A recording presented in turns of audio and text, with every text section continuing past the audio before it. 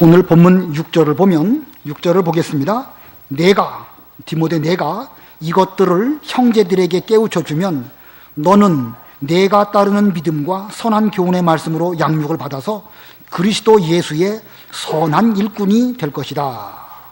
여기 그리스도 예수의 선한 일꾼이라는 표현이 나옵니다. 오늘 이 시간의 제목입니다. 그리스도의 선한 일꾼. 그리스도의 선한 일꾼. 디모데 전서는 목회 서신인데 이 앞부분에서는 이 사도 바울이 디모데에게 목회를 할 때에 여러 가지 기도나 예배나 또 감독의 경건이나 또 집사의 경건이나 교회의 경건 쭉 말하였습니다. 그러다가 이제 4장에 이르러서는 이 바울은 디모데 개인이 어떠한 마음가짐으로 목회를 해야 되는가라는 것을 일깨워주기 위해서 4장을 주고 있습니다. 그래서 이 말씀을 잘 보면은요, 여기 아까 6절 읽었지만 디모데 내가 너를 따르는 그런 사람들에게 믿음과 선한 교훈과 말씀으로 잘 그들을 양육하게 되면 너는 그리스도 예수님의 선한 일꾼이 될 것이다. 이렇게 말하고 있습니다. 이걸 볼 때에 바울은 지금 디모데에게 바울 자신도 그리스도의 선한 일꾼이 되기를 원하면서 디모데에게도 네가 말씀을 잘 가르치고 또 양심을 잘 지킴으로 너 자신도 선한 일꾼이 되어야 되겠고 또 너를 따르는 그 사람들에게도 또한 그리스도의 선한 일꾼이 되도록 잘 가르쳐라. 이렇게 말씀하고 있는 것입니다. 이걸 보면 바울에게로부터 디모데에게로, 디모데에게로부터 디모데를 따르는 자들에게로 그리스도의 선한 일꾼이 점점 그 말씀으로 후대를 가르쳐야 될 것을 말씀하고 있는 것입니다. 그런 면으로 놓고 볼 때에 지금 바울이 목회 서신을 통해서 디모데에게 주는 말씀 가운데 어떤 면에서 가장 중요한 것은 자기 목회입니다. 목회를 하는 하나님의 사람이지만 그러나 양들을 잘 가르치고 성도들에게 진리의 꼴을 먹이기 이전에 자신에 대한 그 신앙생활, 자기 목회를 올바로 하는 것이 가장 으뜸인 것임을 이 바울이 말하고 있는 것으로 여겨지는 것입니다. 자, 저도 그렇고 저도 여러분에게 늘 말씀을 가르치지만 제가 남을 가르치기 전에 저 자신을 잘 가르치는 것이야말로 가장 으뜸입니다. 여기 계신 여러분들은 대부분 다 부모님이시고 또 주일학교, 중고등부 선생님들이십니다. 우리가 우리의 자녀들에게는 학생들에게 말씀을 가르치기 전에 내 자신을 말씀으로 잘 가르치는 자기 목회를 먼저 해야 내가 먼저 그리스도의 선한 일꾼이 되는 것이고 그리고 우리로부터 말씀을 받는 그 사람들도 그 자녀들도 그리스도의 선한 일꾼으로 잘 양육하게 되어지고 그래서 하나님의 뜻이 이제 한 세대가 가고 또 한 세대가 오고 그리고 또 한 세대로 넘어가고 이렇게 하면서 하나님의 일이 진행이 되어지는 것입니다. 아무쪼록 우리는 먼저 자기를 잘 가르치는 자기 목회에 성공하는 그런 우리가 되어야 되겠습니다. 여기 나오는 디모데는 어떤 사람인가? 사도행전 16장에 보면 디모데는 사도 바울이 루스드라에서 복음을 전할 때 그때에 얻은 그런 그 제자입니다. 이 디모데의 어머니는 유대 여자였고 그의 아버지는 헬라 남자였습니다. 그리고 사도행전 16장에는 그는 형제들에게 칭찬을 듣는 사람이라 이렇게 말하고 있습니다. 자, 이 디모데는 어렸을 때부터 외조모니 로이스, 자기 어머니 유니게로부터 좋은 신앙을 잘 받은 이런 사람이었기 때문에 그 믿음의 형제들에게 칭찬받는 그런 사람이었습니다. 그러나 디모데라고 해서 완벽한 사람은 아니겠죠? 디모데의 아버지가 헬라 사람이었기 때문에 그것으로 인해서 혹시 어떤 어려움을 겪지는 않았을까? 우리는 그렇게 충분히 미루어 짐작할 수가 있습니다. 또는 디모데는 어렸을 때부터 그 믿음이 없는 그런 아버지의 영향을 받아가지고 심리적으로 어떤 어려움을 겪지는 않았을까? 그렇게 생각할 수도 있습니다. 성경에 표현된 디모데의 상태는 유약한 그런 심정을 갖고 있는 사람으로 종종 묘사되고 있습니다. 디모데가 왜 그렇게 유약한 마음 상태로 성경에 나타나 있을까?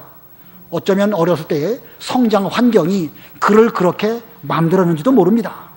그러고 보면 디모데나 우리나 완벽한 온전한 그런 상태에서 성장한 것은 아니고 그 역시도 힘들고 어려운 환경 가운데 믿음을 따라서 성장했기 때문에 그에게는 형제들에게 칭찬받는 좋은 면도 있지만 반대로 또 다른 어떤 약점도 가지고 있는 것입니다.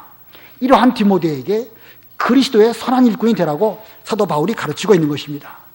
그러면 이렇게 가르치는 사도 바울은 또 온전한가? 사도 바울이라고 해서 온전할 수가 없겠죠? 보면 10절을 보면은요, 이를 위하여, 하나님의 복음 전하는 것을 위하여 우리가 수고하며, 여기 우리는 바로 이 사도 바울 자신을 가리키는 것입니다. 사도 바울과 디모데와 함께 일하는 그런 모든 사람들이 수고하며 힘쓰는 것은 우리가 살아계신 하나님께 소망을 두고 있기 때문이니, 자, 이거 보면 바울 본인도 수고하는 가운데 그리스도의 선한 일꾼이 되려고 노력하고 있는 이런 것을 보여주고 있습니다. 그리스도 앞에서 선한 일꾼이 되는 것, 그것은 바울이라고 하더라도 계속해서 노력해야 되는 것이지, 바울이라고 해서 처음부터 완벽한 그리스도의 일꾼이 되었는가? 그렇지 않습니다. 자, 지금 디모데를 가르치는 바울도 여러 가지 면에서 노력하는 가운데 디모데를 잘 가르치고 있습니다. 이 바울은 이 아들과 같은 디모데를 말씀을 통하여 잘 권면해서 그로 하여금 앞으로 그리스도의 선한 일꾼이 되라고 이렇게 권면하고 있습니다. 여러분, 사도 바울이 그 여기저기 다니면서 교회를 많이 세웠는데 그 모든 교회들이 지금까지 남아있나요? 사도 바울이 고린도 교회도 세우고 또 에베소 교회, 빌립보 교회, 뭐 수많은 교회들을 많이 개척했는데 그 교회들이 지금 하나라도 남아있나요? 사실은 그 유적만 있고 달력에 보면 옛날 시대의 터키 지방에 바울이 개척한 교회다라고 하는 흔적만 있는 것이지 그 교회의 성도들이나 어떤 그런 것은 지금 찾아볼 수가 없습니다. 그러면 바울이 그때에 그렇게 수고하고 노력한 것들이 다 물거품으로 돌아가고 아무것도 남지 않았는가? 또 그건 아니에요. 분명히 그 시대에 사도 바울이 디모데에게 가르친 말씀이 디모데는 또 그 다음 세대에게 가르치고 또 다음 그 세대는 또 다음 세대에 가르치고 그렇게 해서 그 말씀이 지금 우리에게까지 계승받고 우리가 지금 그 진리 가운데서 신앙생활을 하고 있는 것입니다. 이건 뭘 가리키는 것이냐? 비록 사도 바울이 2000년 전에 수고 많이 했지만 눈으로 보이는 예배당은 없어졌을지 몰라도 그가 증거한 하나님의 말씀, 그가 전한 그 진리는 지금까지 살아서 우리 가운데에서 역사하는 그런 말씀으로 남아있다는 것입니다. 자, 그럼 중요한 게 무엇인가? 예배당이 중요한 것이 아니고 사람을 많이 모이도록 하는 것이 중요한 것이 아니라 진리의 말씀으로 잘 가르쳐서 그것이 이제 그 다음 세대에게로 올바른 복음을 계승하고 또 그 다음 세대에게 복음을 잘 계승한다고 하면 그 넘겨준 그 진리, 그 가르친 그 말씀이야말로 영원토록 살아서 이 많은 사람들을 구원케 하는 이런 진리가 된다는 것입니다. 그러므로 우리는 현재의 당대만 생각하지 말고 우리는 멀리 바라보면서 천대를 바라보면서 오늘 이 시대에 우리의 다음 세대에게 이 복음을 잘 전하는 그런 우리가 되어야 할 것입니다. 그러기 위해서는 내 자신이 먼저 그리스도의 선한 일꾼이 되도록 노력해야 될 것이고 우리에게 말씀을 받는 자녀들이나 또 학생들에게 그리스도의 선한 일꾼으로 저들을 잘 양육하는 것이야말로 지금 우리가 마땅히 해야 될 그런 일입니다. 자, 오늘 본문의 내용이 참 많아요. 항상 공과 공부 시간에 내용이 많아서 이거 뭐 다 하다 보면 너무 종류가 많아서 기억이 잘 안 되지만 간추려서 좀 말씀을 드리려고 합니다. 오늘 세 대지가 있는데 그 세 대지를 잘 기억하시고 우리도 그렇게 우리의 자녀들을, 학생들을 가르쳐야겠습니다. 첫 번째 사도 바울이 디모데에게 그리스도의 선한 일꾼이 되기 위해서는 잘못된 가르침을 조심할 것. 첫 번째가 잘못된 가르침을 조심할 것. 엄마가 아기들을 기를 때에 처음에 뭐 여러 가지를 잘 가르쳐야 되지만 조심할 것부터 먼저 가르치죠. 뜨거운 거 조심해야 되고 불 조심해야 되고 길 건너갈 때 차 조심해야 되고 그렇게 조심할 것을 먼저 가르친 다음에 그 다음에 이제 또 사람답게 사는 것도 가르쳐야 되겠죠. 마찬가지로 사도 바울도 디모데에게 이 아들에게 앞으로 이 선한 일꾼이 되도록 하기 위해서 먼저 조심할 것을 가르치고 있습니다. 자, 어떻게 조심할 것을 가르치고 있는가? 1절 봅니다. 성령께서 밝히 말씀하시기를 후일에 어떤 이들이 믿음에서 떠나 속이는 영들과 악령들의 가르침을 따를 것이다 라고 하시니 그러한 가르침은 자기 양심에 화인이 찍힌 거짓말쟁이들의 속임수에서 나오는 것이다. 자, 성령께서 말씀하시기를 후일에 이 거짓 선지자들이 속이는 것을 통해 가지고 사람들을 넘어뜨릴 것이다 이렇게 말하고 있습니다. 마태복음 24장에도 보면 예수님께서 앞으로 거짓 선지자, 거짓 그리스도가 나와서 사람들을 속이기 때문에 불법이 성하고 사랑이 식어질 것이라고 말씀하였습니다. 또 고린도후서 11장에도 보면 에덴 동산에서 뱀이 하와를 꼬인 것처럼 이 말세에도 이 사탄이 우리 성도들을 꼬여가지고 성도로 하여금 넘어뜨리게 하는 그런 일들이 많이 있을 것이라고 말하였습니다. 성경은 여기저기에 앞으로 이 옳지 못한 그런 거짓 선지자들이 많이 출몰해서 하나님의 교회를 헐고 성도들을 넘어뜨리게 하는 그런 일들이 많이 있을 것이라고 말하고 있습니다. 그렇게 속이는 그들은 상태가 어떤 것인가? 여기 2절에 보면 화인받은 양심을 갖고 있는 사람이라고 말하고 있습니다. 양심에 화인을 받았다.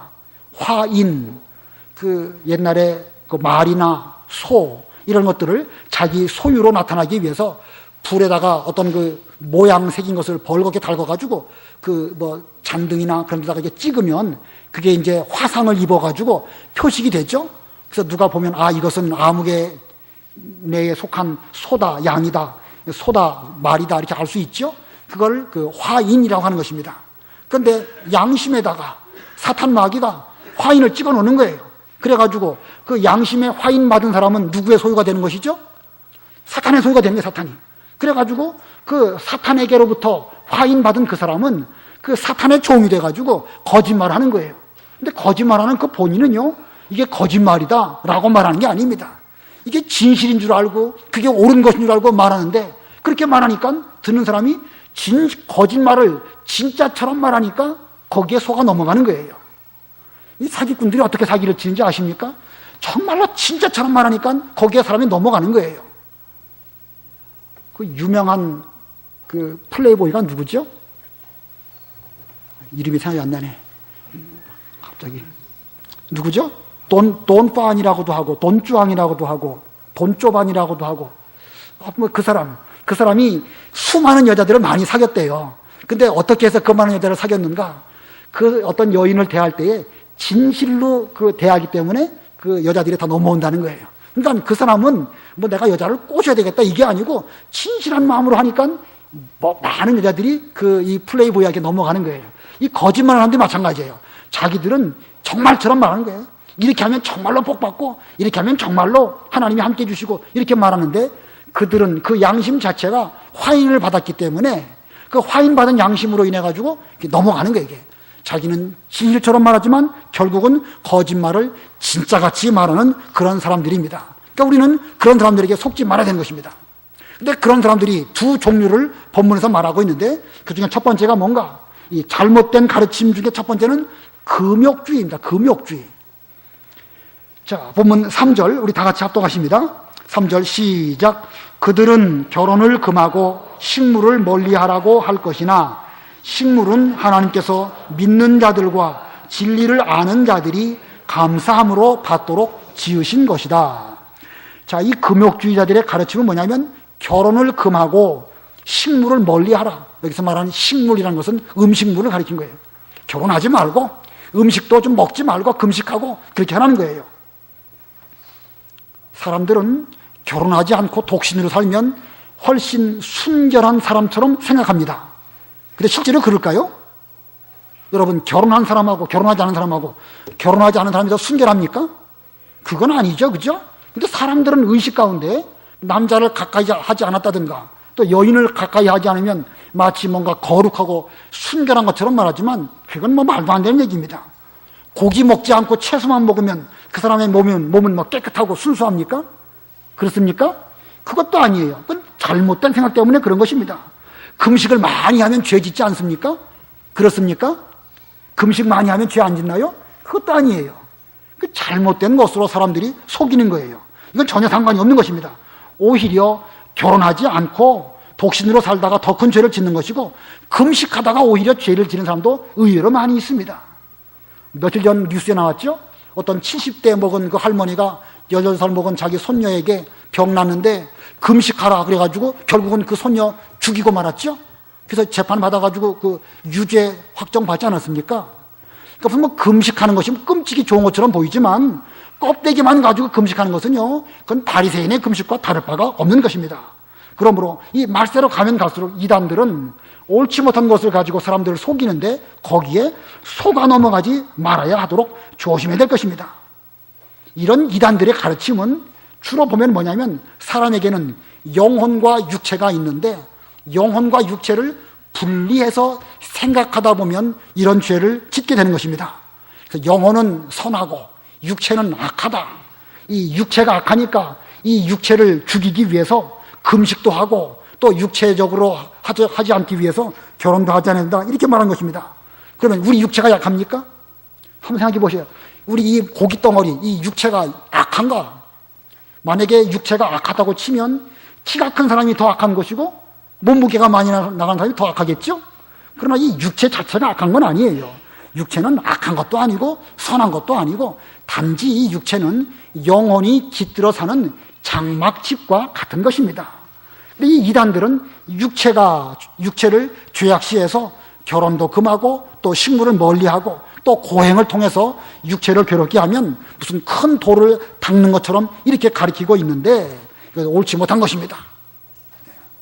천주교에서는 결혼 신랑 신부나 또 수녀들 결혼하지 않죠? 그들이 뭐 죄 안 지을까요? 1200년대에 그 터키에 있는 지금은 앙카라, 옛날 이름은 콘스탄티노플이죠. 콘스탄티노플에서 종교 회의를 했답니다. 그래서 여기저기서 많은 그 수녀 신부들이 모여들었는데 그 마을에 그 종교 회의를 할 즈음에 창녀들이 3,000명이나 모여가지고 거기서 성업을 이뤘다는 거예요. 이 역사가 보여주는 거예요. 그러니까 무슨 뭐 결혼하지 않으면 무슨 깨끗한 것처럼 보이지만 오히려 죄를 더 많이 짓는 것을 역사가 우리에게 보여주는 것입니다. 천주교에서는 혼인성사라는 것이 있죠. 우리 결혼 예배 드리는 것처럼 그들은 혼인성사라고 하는 그런 의식을 행하는데 그 의식이 어떤 개념이냐? 혼인성사를 하고 결혼식을 해서 부부 생활을 하면 그건 깨끗한 것이고 그 혼인성사를 하지 않고 부부관계를 맺으면 그건 더러운 것이다. 이렇게 생각하는 거예요. 어떻게 보면 뭐 끔찍이 큰 의식을 행하는 것처럼 보이지만 그 자체가 사람으로 속이는 거예요. 무슨 뭐 결혼 예배를 드리면 결혼 관계가 성스러운 것이고 그걸 안 하면 안 성스러운 것이고 그거 아닙니다. 여러분들이 결혼해서 자녀를 낳는 것이나 믿지 않는 사람들이 결혼해서 자녀를 낳는 것이나 그것은 그거나 똑같은 것이지 이건 선하고 저건 악하고 이런 식으로 보는 것은 그건 옳지 못한 것입니다. 이런 생각들은 영혼과 육체를 이분법적으로 나누어서 보기 때문에 그와 같은 죄를 짓게 되는 것입니다. 그래서 이런 금욕주의자들이 이 결혼을 금하고 식물을 멀리하도록 하고 있지만 그것은 하나님께서 다 감사함으로 받으면 괜찮은 것으로 말씀하고 있다. 본문 4절 보면 하나님께서 지으신 모든 것이 다 선함으로 감사함으로 받으면 아무것도 버릴 것이 없으니 하나님의 말씀과 기도로 거룩하여진다.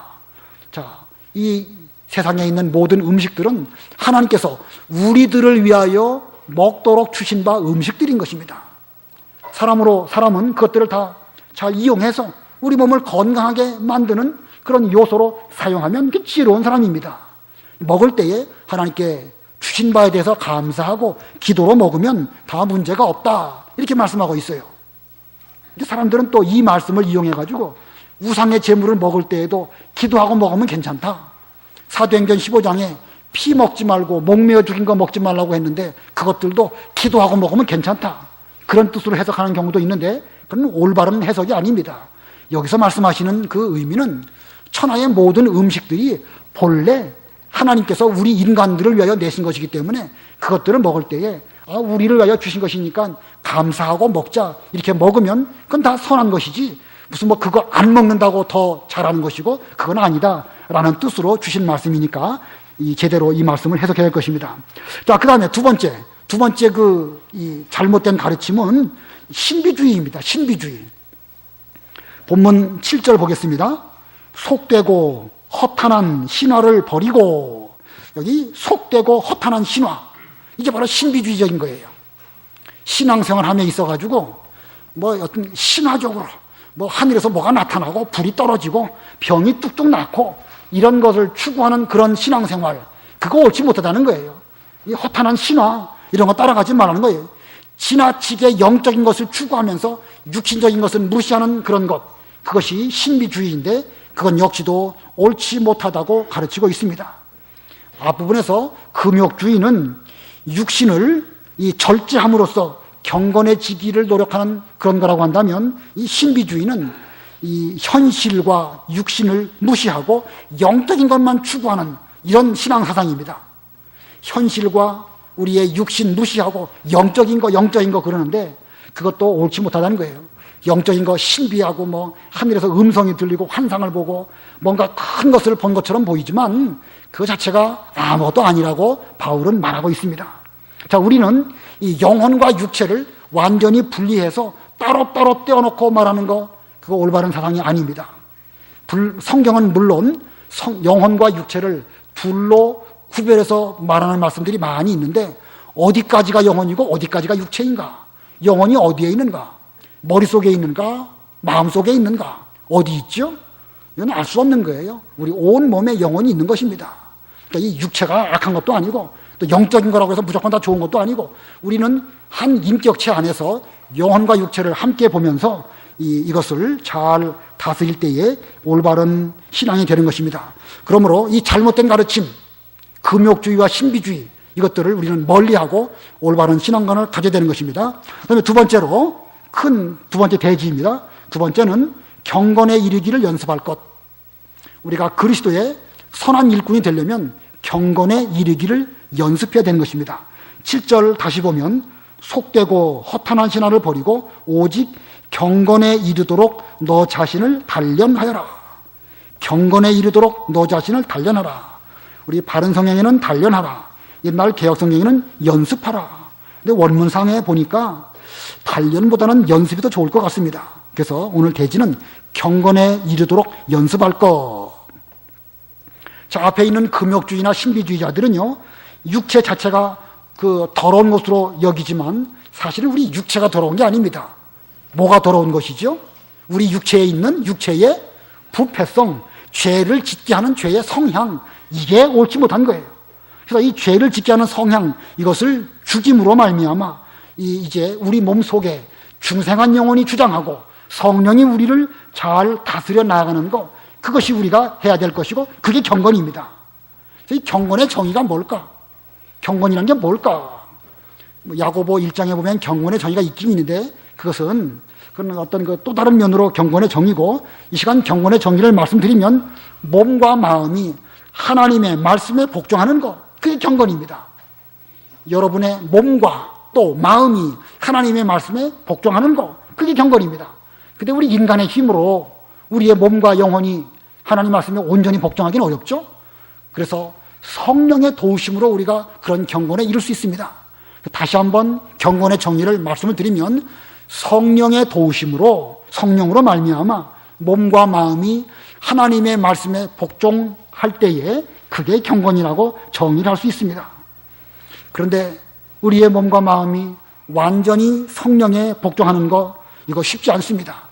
일평생 노력해도 그 노력은 부족할 수밖에 없습니다. 그래서 우리 주님께서는 우리 사람의 마음 속에서 온갖 더러운 것들이 다 나온다, 이렇게 말씀하고 있습니다. 한번 찾아보겠습니다. 마가복음 7장 15절. 마가복음 7장 15절 한번 읽어보세요.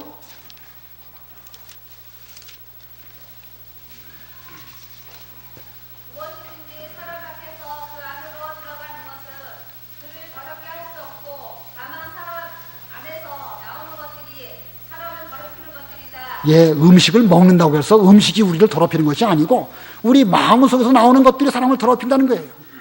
그러면 우리 마음 속에서 뭐가 나오겠죠? 그 마가복음 7장 18절부터 쭉 한번 읽어보세요. 예수께서 그들에게 말씀하시기를 너희가 이렇게 깨달음이 없느냐? 밖에서 사람 안으로 들어간 것은 무엇인지 그를 더럽게 할 수 없다는 것을 알지 못하느냐? 그것이 그의 마음에 들어가지 않고 배에 들어갔다가 뒷간으로 흘러지는 것을 알지 못하느냐? 라고 하시므로 예수께서는 모든 음식을 깨끗하다고 하셨다. 또 예수께서 말씀하셨다. 사람에게서 나오는 그것이 무엇을 더럽힌다? 사람을? 사람들의 마음 속에서 악한 대답들이 나오는데 곧 음행, 도둑질, 살인, 탐욕, 악독, 속임수, 방탕, 악한 눈, 비방, 교만, 어리석음이다. 이 모든 악한 것들은 다 속에서 나와서 사람을 더럽힌다. 예, 음식이 우리를 더럽히는 것이 아니고 우리의 마음에서부터 21절에 그랬죠. 사람들의 마음 속에서 악한 생각들이 나오는데, 자, 악한 생각으로 말미암아 여러 가지가 나오는데 그 악한 생각 안에서는 음행, 도둑질, 살인, 간음, 탐욕, 악독, 속임수, 방탕, 악한 눈, 비방, 교만, 어리석음, 몇 가지죠? 전부 다 12가지예요. 우리 마음의 악한 생각 가운데서 12종류의 여러 악한 것들이 한없이 나온다고 말씀하고 있는 것입니다. 자, 이것은 이 우리의 악한 마음을 하나님의 말씀으로 잘 다스려서 경건하게 하는 것, 이것이 바로 경건의 연습입니다. 자, 경건의 연습이 쉬울까요? 어려울까요? 이 여간 어려운 게 아닙니다. 예수님께서 말씀하시기를 내 눈이 너로 범죄하게 하면 그 눈을 뽑아버려라. 한쪽 눈을 가지고 하나님 나라에 들어가는 것이 두 눈을 가지고 지옥불에 던져지는 것보다 낫다라고 말씀하십니다. 또 이어서 말씀하시기를 내 손이 너를 범죄케 하면 그걸 찍어내버려라. 두 손 다 가지고 지옥불에 가는 것보다 한 손만 가지고 하나님 나라에 가는 것이 더 낫다, 이렇게 말씀하십니다. 자, 그렇다고 하면 우리의 악한 생각에서부터 12가지의 악한 것들이 나오는데 그때마다 눈 뽑아버리고 그때마다 팔을 찍어버린다고 하면 이거 뭐 나만 할 눈 하나도 없고 나만 할 손이 하나도 없을 것입니다. 정말로 어렵습니다. 그렇기 때문에 오늘 본문에서 이 육체의 연습은 약간의 유익이 있지만 경건의 연습은 모든 면에 유익하니까 경건에 이르기를 연습하라 라고 바울이 말한 것입니다. 쉽게 되는 게 아니기 때문에 연습하고 또 하고 계속 하라는 거예요. 그래서 오늘 본문으로 보면 8절부터 10절까지 우리 다 같이 합독하십니다. 8절로 10절 시작. 육체의 훈련은 약간의 유익이 있으나 경건은 모든 일에 유익하며 현재와 미래에 생명의 약속이 있다. 이 말씀은 확실하며 모든 이가 받을 만한 것들이다. 이를 위하여 우리가 수고하며 힘쓰는 것은 우리가 살아계신 하나님께 소망을 두고 있기 때문이니 그분은 모든 사람, 특히 믿는 자들의 구주이시다. 자, 육체의 훈련은 유익이 있다고 그랬어요. 약간의 유익이 있다고 그랬습니다. 그래서 육체의 훈련을 많이 하는 것도 좋습니다. 프로야구 선수가 야구를 하다가 번트를 대는데, 번트가 뭔지 아시죠? 번트 뭔지 아시죠? 공이 날아올 때 이렇게 탁 대고 발 앞에 떨어뜨리는 거. 근데 이게 쉽지 않은 모양이에요. 훌륭한 프로야구 선수들도 번트 하다가 그 실수해서 잘 못하는 경우가 있어요. 그러면 그 선수는 돌아와가지고 그날 밤에 번트를 몇 번이나 연습할까? 여러분, 하일성이라는 사람 아시죠? 예, 프로야구 해설위원인데 언젠가 TV에 나와가지고 말하는데 그 누구를 이승엽 선수를 말하는 것인지 누구를 말하는 것인지 제가 들은 바에 의하면 한 번 번트를 실수하면 그날 밤 돌아와가지고 그것을 1000번 연습한대요. 1000번. 얼마나 연습을 많이 합니까? 그래서 1000번 연습해가지고 다음에는 다시는 실수하지 않으려고 그렇게 노력한다는 거예요. 그게 프로 선수의 그 기질이라는 것입니다. 그렇게 1000번 연습하면 그 다음에는 잘할 수 있는 확률이 그만큼 높아지게 되겠죠. 그러니까 이 육체의 연습은 약간의 유익이 있는 것입니다. 근데 만일 우리가, 여러분들이 말을 실수했다, 뭘 잘못했다, 그러면 어떻게 하죠? 1000번씩 연습합니까? 혀를 깨물고 죽고 싶은 심정으로 내가 다시는 그렇게 하지 않아야 되겠다. 뭐 어떻게 연습할지 모르겠지만 말씀을 붙잡고 회개하면서 다시는 그렇게 하지 않겠습니다. 그런 상황을 마음속에 상상해 보면서 그런 사건을 만났을 때에 악한 말이 나오지 않도록 절제하고 조심하고 또 조심합니다. 그런 가운데 있다 보면 그런 일이 턱 만나게 되면 요때 내가 조심하도록 마음을 먹었었지 하고 입을 딱 제어해가지고 악한 말 하지 않습니다. 그러다가도 자기도 모르는 사이에 방심하면 다시 또 악한 말이 나올 수밖에 없는 인간입니다. 그러므로 우리는 1000번 연습한 그 프로야구 선수와 같이 1000번 연습하고 다시 한번 또 실수하면 또 1000번 연습하고 그러다 보면 우리가 이제 죽을 때쯤 되면 그만큼 많은 성화를 이루어서 성인이 어느 정도 되진 않았을까, 그런 생각이 드는 것입니다. 이것이 곧 경건에 이르기를 연습하라는 그런 말씀의 뜻입니다. 이 경건에 이르기를 연습하면 어떤 유익이 있는가? 그 8절에 보면은요, 8절에 육체의 훈련은 약간의 유익이 있으나 경건은 모든 일에 유익하며 현재와 미래에 생명의 약속이 있다. 자, 육체의 연습은 뭐 야구 잘해가지고 돈 버는데 유익할지 모르겠지만 경건의 연습은 현재와 미래에 생명의 약속이 있다는 거예요. 천당에 가면 거기 가서도 우리가 이 땅에서 우리 죄의 부패성을 죽이려고 노력한 그것이 우리의 영원한 영적인 재산으로 남아있다는 것입니다. 현재에도 유익하고 미래에도 유익할 것이니까 경건에 이르기를 연습하라, 이렇게 말씀하였고, 9절에 보면 이런 경건의 연습은 모든 이가 받을 만하다고 그랬습니다. 이 말씀은 확실하며 모든 이가 받을 만한 것이다. 목회라는 목사에게만 해당되는 것이 아니고 여러분 모두에게도 경건에 이르기를 연습하신다고 하면 모두에게도 다 필요한 말씀이라, 그런 뜻입니다. 그러면서 10절에 보면 이를 위하여 수고하며 힘쓰는 것은 우리가 살아계신 하나님께 소망을 두고 있기 때문이니, 자, 이 경건의 연습을 하는 사람은 인간의 힘으로 육체의 부패성을 뽑아버리는 것이 쉽지 않지만, 그러나 하나님께 소망을 두고 하나님이 내게 은혜를 주시고 성령으로 나를 붙들어 주시면 이게 할 수 있다. 악한 말, 악한 생각, 흘리는 눈 얼마든지 고칠 수 있다. 소망을 가지고 노력할 때에 하나님이 되게 해주시는 거예요. 자, 여기 세 가지 지금 말씀드렸죠. 개괄적으로 경건의 연습은 첫째는 현재와 미래의 생명의 약속이 있고, 또 두 번째는 모든 성도에게 해당되는 것이고, 세 번째는 살아계신 하나님께 소망을 두고 할 때에 그 경건의 연습이 효과가 있다는 것을 말씀하고 있는 것입니다. 아무쪼록 우리 모두들은 경건의 연습을 잘해서 내게 있는 육체의 부패성, 그것을 뽑아버리고 또 뽑아버려서 우리가 주님 앞에 갈 때쯤 되면 예수님의 인격에 거의 도달해서 갈 수 있는 그런 우리가 되어야 되겠습니다. 그다음에 세 번째, 크게 세 번째 대지입니다. 어떻게 해야 그리스도의 선한 일꾼이 될 수 있을까? 세 번째, 자신을 먼저 가르칠 것. 화면에는 자신을 먼저 가르쳐 남을 구원할 것 길게 말했는데, 간단하게 자신을 먼저 가르칠 것, 이렇게 하는 것이 좋을 것 같습니다. 본문 11절 보겠습니다. 너는 이것들을 명령하고 가르쳐라. 여기서 말하는 이것들은 여러 가지 그 앞부분에 말하는 거, 경건의 연습이라든가 혹은 잘못된 가르침이라든가 이런 것들을 이게 성도들에게 명령하고 가르쳐라. 12절, 누구든지 너의 연소함을 업신여기지 못하게 하고 오직 말과 행실과 사랑과 믿음과 순결에 대하여 믿는 자들의 본이 되어라. 자, 본이 되도록 가르치라고 했는데, 여기 그 디모데가 에베소 교회에 가서 가르치려고 할 때에 그 에베소 교회는 그 이전에 사도 바울이 가르쳤던 교회이고, 그 교회는 바울에게로부터 그 말씀을 잘 받은 그런 사람들이 많이 있을 것입니다.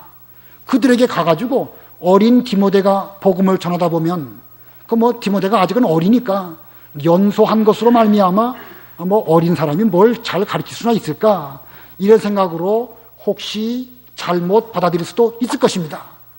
그러한 경우를 바울은 생각해서 너의 연소함을 업신여기지 못하도록 너는 그들에게 본을 보여 가르쳐라, 이렇게 말하고 있는 것입니다. 그래서 말, 행실, 사랑과 믿음과 순결, 이런 모든 면에서 본으로 그들에게 가르쳐라, 이렇게 말하고 있습니다.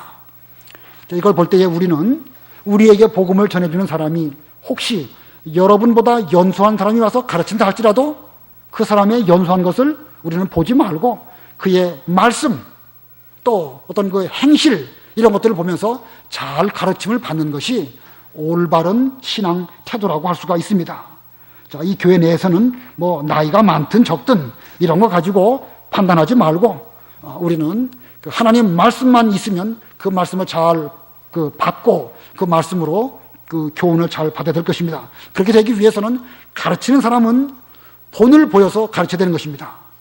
자신이 먼저 말씀대로 잘 만들어져서 본으로 보여주면서 가르친다고 하면 사람들로 말미암아 저절로 존경을 받겠죠. 나를 존경해라 한다고 해서 존경되어지는 거 아닙니다. 내 자신이 먼저 사랑하고 내 자신이 말과 행실에 있어서 거룩하게 된다고 하면 사람들은 저절로 그를 존경하게 될 것이니까 우리 모두들이 말씀을 전할 때에 존경받는 이런 사람이 있도록 하기 위해서 먼저 우리가 본을 보이는 이런 우리가 되어야 할 것입니다. 우리 예수님께서도 제자들의 발을 씻겨주셔서 본을 보이시면서 서로 사랑하라고 가르쳐 주시지 않았습니까? 그러면 우리들도 서로 우리가 사랑할 때에 내가 먼저 본을 보여서 상대방도 그것을 보고 나를 본받고 또 나로 말미암아 예수님의 그 사랑이 잘 나타내는 이런 우리가 되어야 됩니다. 자, 본문 또 14, 15절 다 같이 합독하십니다. 14, 15 시작. 내 속에 있는 은사 곧 장로회에서 안수 받을 때에 예언을 통하여 너에게 주어진 것을 소홀히 여기지 마라.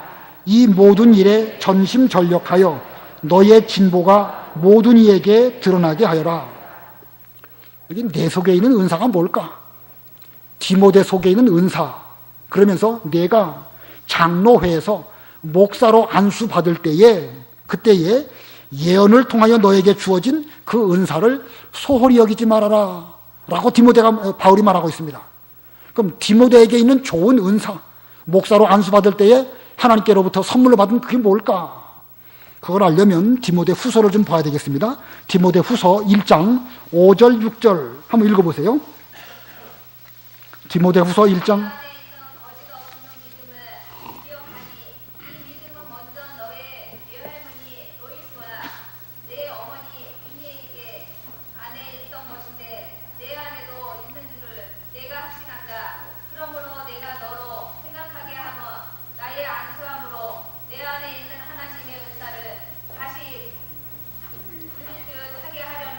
예, 사도 바울이 디모데를 볼 때에 그 디모데 안에는 그 거짓이 없는 믿음이 있는 것을 바울은 보았습니다. 디모데 속에 거짓이 없는 믿음이 있는데 그 거짓이 없는 믿음은 어디서부터 왔는가? 그 외할머니 로이스, 그 어머니 유니게, 그 외할머니와 어머니에게 있는 거짓이 없는 믿음이 있었는데 그것이 디모데에게도 있다는 거예요. 이거 보면 어렸을 때부터 신앙으로 순수하게 자라났기 때문에 그 디모데 속에는 거짓이 없는 순수한 믿음이 있는 것을 바울이 발견했습니다.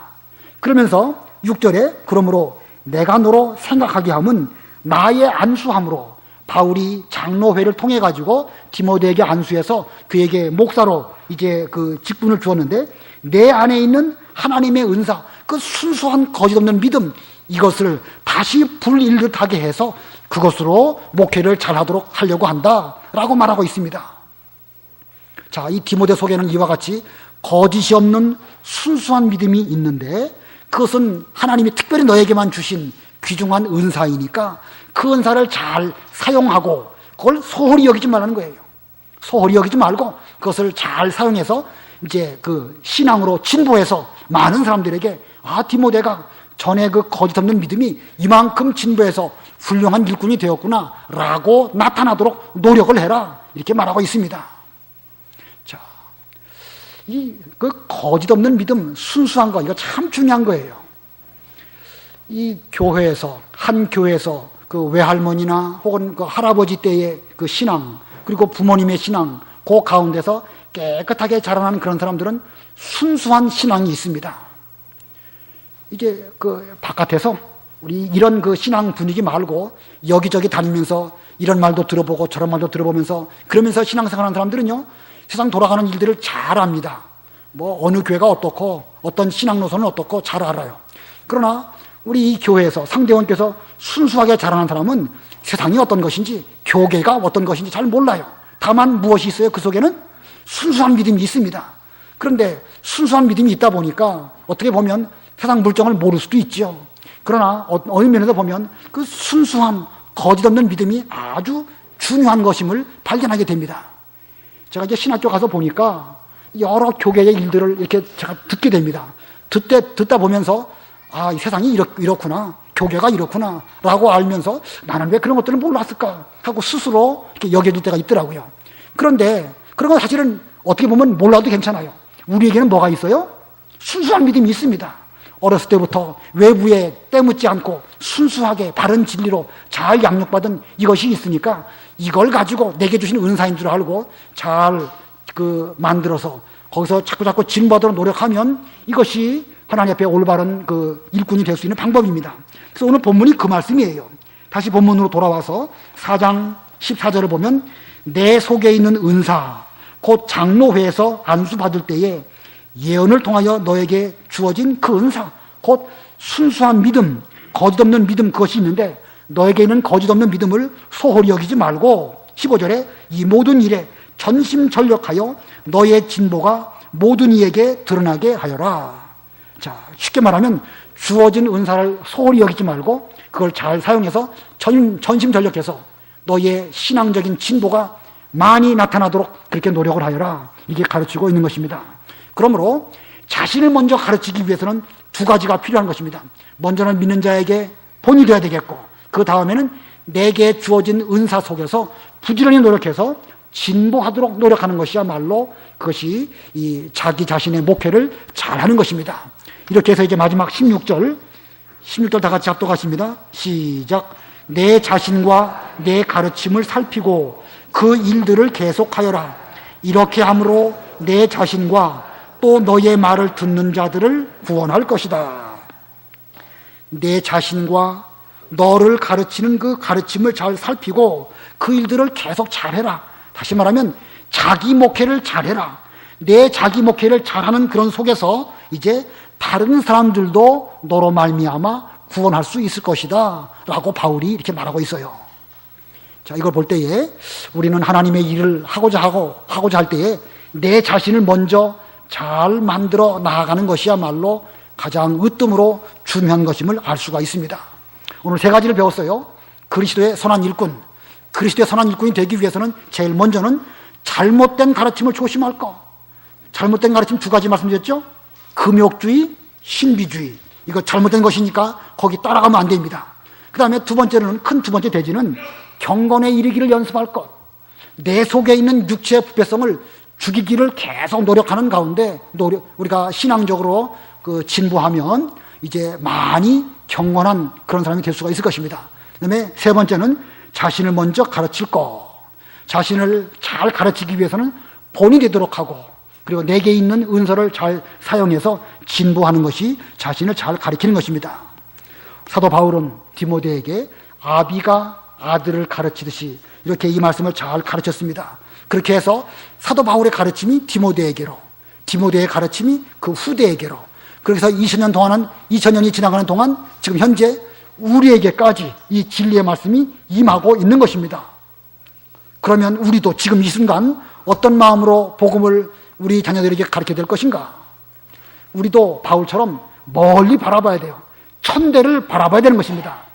천대 뒤에 있을 우리의 자녀들을 순수한 믿음으로 가르치기 위해서 우리는 거기까지 바라보면서, 그러나 뭐 바라보기만 하면 뭐 하겠습니까? 내가 가르치는 내 자녀들, 우리 주일학교 학생들에게 하나님의 말씀을 순수하게 잘 가르치는 것으로 인하여 천대까지 이 복음이 전파되는 이 일을 잘한다고 하면 우리도 그리스도의 선한 일꾼이 될 것이고, 우리의 자녀들도 그리스도의 선한 일꾼이 될 것이고, 그로 말미암아 하나님의 구원운동이 앞으로 오고 오는 세대에게 계속 이 복음이 계승되어질 것입니다. 바라기는 우리 상대원 교회와 여러분의 가정이 이렇게 그리스도의 선한 일꾼이 되고 이 복음을 우리의 후대에게 잘 물려주어서 예수님 오실 때까지 이 진리로 계속 진보하는 교회와 가정이 되시기를 바랍니다. 기도하겠습니다.